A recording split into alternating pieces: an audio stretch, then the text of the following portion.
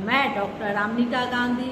अगर आपके हड्डियों में अक्सर दर्द रहता है, आपकी हड्डियां कड़कड़ आवाज़ करती है, तो आप तुरंत ही विटामिन D3 व कैल्शियम की जांच आपसे कराएं।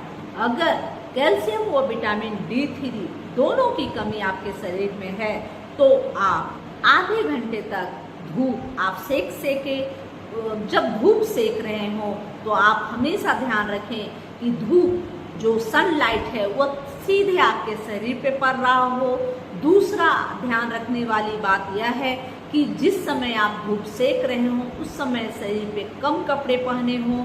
और तीसरा ध्यान देने वाली बात यह है कि उस वक्त आप सनस्क्रीन का इस्तेमाल न किए हों और धूप सीधे आपकी रीढ़ की हड्डियों पर आ रहा हो।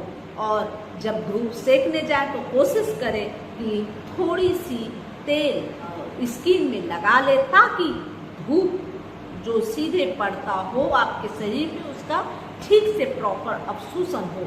यह एक फ्री का विटामिन D आपके शरीर में मिलने का एक महत्वपूर्ण स्रोत है। हमारे शरीर की जो विटामिन D3 की ज़रूरत सबसे ज़्यादा 80% सूर्य की रोशनी प्रदान करती है।